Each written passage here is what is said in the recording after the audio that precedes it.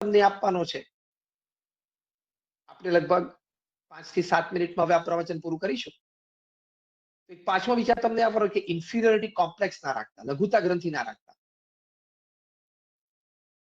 George Allison, ઓરેકલના CEO નો પગાર તમે વાંચજો. $200-300 million નો average પગાર હોય છે એનો વર્ષે. 1400 થી 1500 કરોડ રૂપિયા વર્ષે. રોજના 5 કરોડ રૂપિયાનો પગાર છે. નાના હતા બહુ જ humble beginning from a very humble family. Studied in a very ordinary school. Inferiority complex નહીં રાખતા. ભગવાન આપણને બુદ્ધિ તો આપી છે, કદાચ સોશિયલ વ્યવસ્થા ઓછી આપી હોય, ફિનાન્શિયલ વ્યવસ્થા ઓછી વધતી આપી હોય, બુદ્ધિ તો છે ને, મહેનત તો છે ને, સમય તો 24 કલાકનો આપ્યો છે ને. બુદ્ધિ એપ્લાય કરીને મંડી પડો કામ કરવા. તો ઇન્ફિરિયોરિટી કોમ્પ્લેક્સ નહીં રાખવા અને સામે સુપિરિયોરિટી કોમ્પ્લેક્સ પણ નહીં રાખવા. અહંકારમાં નહીં આવજો કે I am something, I can do anything, I have relations, I can talk to phone on with the minister, I can, I can talk with this guy on phone, and I'm in this group. Superiority complex રાખવાની પણ જરૂર નથી. Be a humble human being, be a straightforward human being, but create a lot of energy within you. Inferiority complex પણ નહીં રાખતો. ગીધ છે ને, તમે ગીધ જોયું હશે. ગીધ બહુ શક્તિશાળી પક્ષી છે ને. ગીધ જોયું છે ને બધાએ. એ ગીધ છે ને, ઝાડ ઉપર બેઠો હોય ને, પછી ઝાડ ઉપરથી એમ પડતું મૂકીને ઉડી જાય. તમને આશ્ચર્ય થશે કે જમીન ઉપર આવે ને, જયારે જમીન ઉપર બેસે ને, પછી એ 10-15 ફૂટ દોડે ને પછી ઉડે. કારણ કે સીધું નીચે કૂદકો મારવાનો કોઈ ચાન્સ નથી, કારણ કે જમીન છે. વૈજ્ઞાનિકોએ એના માનસનો પ્રયોગ કર્યો કે એને 3x3x3 ફૂટની પેટીમાં ગીધને મૂક્યું. ઉપરથી ખુલ્લી હતી, આખું આકાશ એની માટે ઉડવા માટે ખુલ્લું હતું, પણ 3x3x3 ફૂટની પેટી હતી. તો ગીધ ઉડે જ નહીં, ઉડ્યું જ નહીં. એને ખબર છે કે જમીન ઉપર હું છું, એટલે મને 10-15 ફૂટ દોડવા મળે ને તો જ હું ઉડું. હવે આ પેટી ઉપરથી ખુલ્લી જતી, ખાલી કૂદકો મારીને પાંખો ચાલુ કરી દીધી હોત ને તો ઉડી જાય. પણ એના મનમાં શું ફિટ થઈ ગયું છે, હું 10 ફૂટ દોડું ને અને પાંખો ફફડાવું ને તો જ હું ઉડી શકું. કોમ્પ્લેક્સ. એમ આપણે પણ આપણા મનમાં ઘણા બધા પ્રકારના કોમ્પ્લેક્સીસ હોય. આમ કરું તો જ થાય, આમ જ ફાવે. અરે આંબેડકર છે, બી.આર. આંબેડકર, જેને આપણું બંધારણ લખ્યું, એમણે સ્ટ્રીટ લાઇટ નીચે બેસીને વાંચ્યું છે. રોડ ઉપર જે આપણી લેમ્પ પોસ્ટ નીચે વાંચ્યું. અને જો કેવું મોટું સર્જન કર્યું. એટલે મારી પાસે વ્યવસ્થા ઓછી છે, પેલા પાસે વ્યવસ્થા વધારે છે, એટલે એ સ્કોર કરી શકે, આવું વિચારવાનું જ નહીં. બે જ વસ્તુ તમારી પાસે છે કે નહીં, બુદ્ધિ અને સમય. એ છે કે નહીં? એમાં God is not partial. God is not partial in giving you intellect and time. Now the choice is yours. So sanitize your mind of inferiority complexes. અને superiority complex પણ નહીં રાખવાનો. કેલિફોર્નિયામાં એક યુનિવર્સિટી છે. એ યુનિવર્સિટીના બધા સ્ટુડન્ટ્સને એક વખત ઇન્ટરવ્યુમાં પૂછેલું કે what is your innermost wish? તો 80% પ્લસ સ્ટુડન્ટ્સે કીધું કે we want to become popular. એટલે એક અહંકાર પણ આપણા મનમાં એક વાયરસ છે, એને પણ સેનિટાઈઝ કરવાનો. I am something, I can do something, I am big, I am talented, I am intelligent,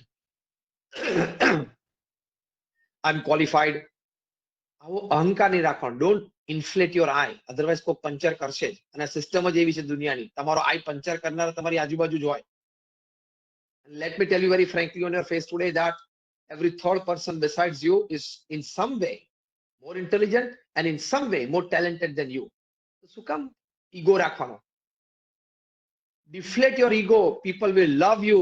You will enjoy your association with people, and you will create great teams in future as a professional, and you will produce great results. So superiority complex પણ નહીં રાખવાનો. જો આ California સ્ટુડન્ટ્સને એમ થયું કે like we want to become popular. એવી રીતે એ complex થોડો ઓછો રાખશો, થોડો અહંકાર તમે ઓછો રાખશો, તો you will gain a lot in your life. તો એ પણ એક મોટો કોમ્પ્લેક્સ છે, એની પણ તમને વાત કરવાની. અને છેલ્લી વાત કરવાની, આપણા મનમાં એક વાયરસ એવો પણ છે એને પણ આપણે સેનેટાઈઝ કરીને મારવાનો છે. એ વાયરસ કેવો છે? સંજોગો, પરિસ્થિતિ એ આપણને બોગ ડાઉન કરી દે. Don't allow situations to bog you down. Don't allow people coming into your life and going out from your life to destroy you. દરેકના જીવનમાં ઘટના બનવાની જ છે. મનગમતી વ્યક્તિ જીવનમાં આવે પણ ખરી અને મનગમતી વ્યક્તિ જીવનમાંથી જતી પણ રહે. It's all nature's play. બરોબર છે, આપણે હ્યુમન બીંગ્સ છીએ એટલે આપણને ઇમોશન્સ થોડા ડિસ્ટર્બ થાય એ વખતે. You have to come to stability quickly. ઇક્વિલિબ્રિયમમાં આવી જવું પડે, otherwise you will lose your life. પેલી વ્યક્તિ તો જે કરવાનું તું એ કરી ગઈ, પણ હવે તારે શું કરવાનું છે કર ને. એવી રીતે સિચ્યુએશન એવી આવીને ઉભી રહી જાય તો કદાચ ડોન્ટ ગેટ બોગ ડાઉન. 2008માં એક પરિસ્થિતિ થઈ. ફ્રાન્સમાં પેરિસમાં એક હોટલમાં બે youngsters friends they just had a dinner out. બંને જમતા રાત્રે 11-11 હોટલમાંથી બહાર નીકળ્યા. It was a snowy rainy night in Paris. સખત બરફ પડતો હતો, સખત ઠંડી હતી. એ લોકો બંને જણાએ કેબ માટે 45 મિનિટ રાહ જોઈ, પણ કેબ આવી જ નહીં. એ વખતે એમાંથી એક જણાને વિચાર આવ્યો કે આવી તકલીફ તો ઘણા બધા ફેસ કરતા હશે. Can I develop an app to hire a cab? વિચાર. જો he didn't get bog down by situation. આપણી જગ્યાએ તો બહુ ગાળો દેતા રહીએ કે બહુ બરફ પડે છે, ના ટેક્સી વાળા આવતા નથી, ના ને તે ને. We start cursing ourselves and the situation. Don't curse yourself. Don't curse the situation.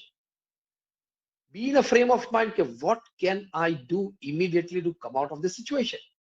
Second thought, such situations they prop up many times in many people's lives.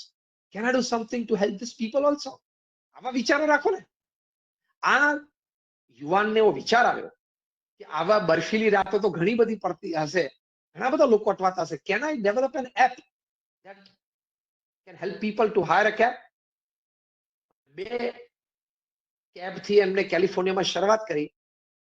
હું વાત કરું છું એ કેબનું નામ ઉબર, અને જે વ્યક્તિ જે યુવાન હતા એ ઉબરના માલિક ટ્રાવિસ કાલાનિક અને એમના મિત્ર ગેરેટ.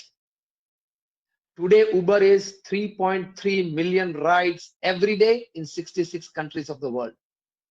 હવે એ વખતે આમ હાથ જોડીને બેસી ગયા હોત, ના કે હવે કેબ આવશે ત્યારે ઘરે જશું. નહીં, એ વખતે વિચાર આવ્યો, how can I help the situation? તો આ સેનિટાઇઝ યોર માઇન્ડ કે don't bog down by the situations.